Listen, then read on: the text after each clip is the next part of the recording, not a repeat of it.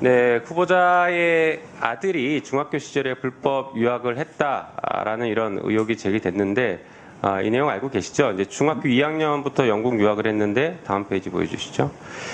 예, 초중등교육법상 부모가 함께 가지 않으면 유학이 안 되는 것으로 사실상 안 되는 것으로 되어 있는데 아이 혼자만 보냈어요. 맞죠?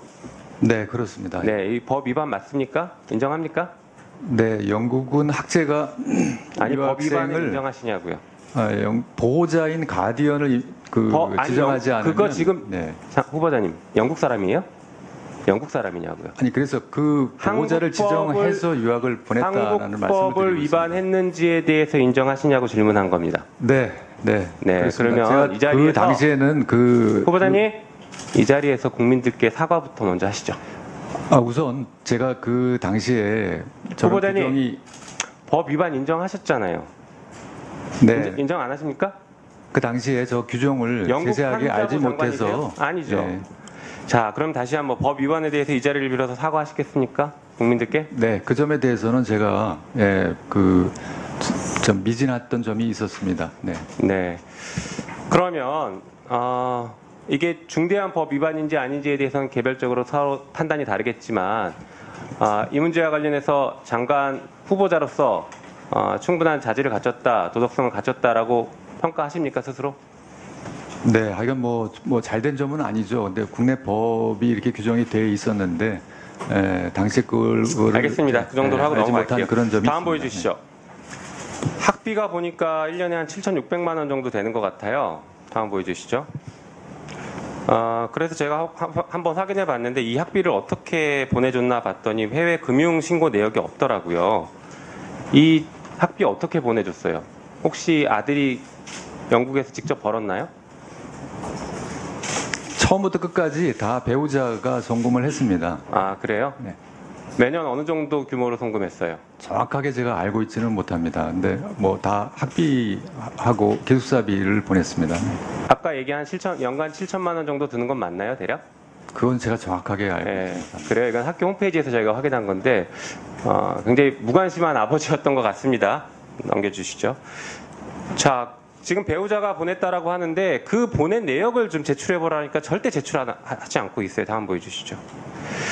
절대 제출하지 않고 있습니다. 그러니까 이게 왜 제출하지 않는 거냐. 지금 아드님 지금 대학원까지 다니고 있죠. 석사과정이죠. 네, 그렇습니다. 그동안에 보낸 학비나 생활비 같은 것들 보낸 것을 한번 제공해봐라 했더니 절대 주지 않습니다. 도대체 얼마나 많은 돈을 보냈길래 혹은 얼마나 부족하게 보냈길래 왜 이걸 제출하지 않는지 이것은 후보자의 재산 형성과도 관련이 있기 때문에 제출하라는 겁니다. 다음 보여주시죠. 직전으로 넘어가서 이게 아실지 모르겠지만 잘 아시겠죠. 뭐 연간 5만 달러 이상의 외화를 외국으로 송금할 때에는 외국한 거래은행 영업점을 통해서만 송금하도록 되어 있습니다. 알고 있죠? 네, 그런 걸로 알고 있습니다. 네, 그걸 위반할 경우에는 외국한 거래법 위반이 됩니다. 맞습니까? 그런 사실은 없는 것으로 알고 있습니다. 네, 그러니까 자료를 내십시오. 네. 어떻게 하시겠습니까? 제가 금융거래와 관련된 자료는 우리 다 제출하지 뒤에 않았습니다. 앉아 계시는 많은 공무원들이 다 여러 관련된 제출하지 부처 않았으니까 사례를 다 제출하십시오. 점검을 해서 저하고 후보자님. 상의해서 이렇게 자료 제출을 하고 후보자님. 있습니다. 네. 지금 인사청문회 후보자님이 봤습니까? 아니면 뒤에 계신 분이 봤습니까? 누가 후보자입니까? 자꾸 뒤에 있는 분 얘기 듣고 안 낸다라고 얘기하시는 게 말이 됩니까? 그러니까 최선을 후보자님이 다해서 결정하실 문제예요. 최선을 다해서 누가 후보자입니까 지금? 최선을 다해서 제출할 내용이 있는 경우에 제출을 하도록 하겠습니다. 이건 그럼 제출할 필요가 없나요? 제출할 필요 없는 자료예요? 사례를 한번 상의를 해보겠습니다. 네, 그런 사례가 네. 있는지 한번 상의를 앞으로 장관 해보겠습니다. 되셔서 계속 그렇게 상의만 하십시오. 그러면 다음 보여주시죠. 자, 후보자께서 재산 신고한 내역을 보니까 공직에 있을 땐 연평균 1억 9천 정도가 증가했는데 공직에서 벗어난 때 보니까 연평균 4억 9천만 원씩 증가합니다.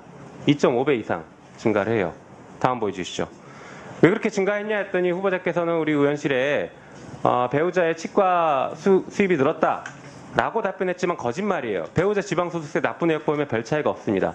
답변이 거짓말이거나 아니면 허위 신고했거나겠죠. 다음 보여주시죠.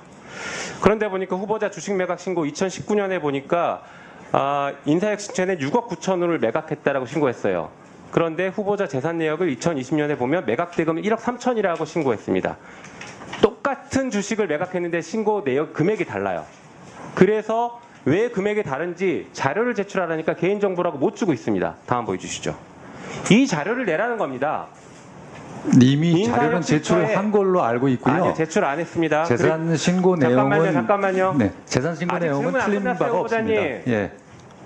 제출하지 않았습니다. 그리고 보니까 그 주식 내용을 보니까 복지부 관련된 주식으로 보여요. 미래컴퍼니 로보스스루 제넥신 치료제 차관 시절에 어떤 관련성이 있는 주식을 배우자가 취득한 건 아니냐라고 누가 봐도 이상하게 보일 수 있으니까 그렇지 않다라는 해명을 하기 위해서라도 자료를 제대로 제출하시라 이 얘기입니다. 지금 아직까지 자료 제출 가지고 이렇게 실명을 해야 됩니까? 답변해 보세요. 제가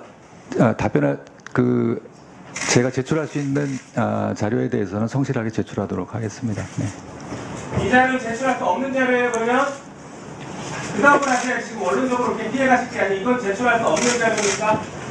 제가 공직에 있지 않은 기간 중에 그 금융거래 내역은 통상적으로 자료 제출했는지를 한번 상의를 해보고 말씀을 드리도록 하겠습니다. 법 위반을 마음대로 그렇게 상의해서 정한다는 거예요?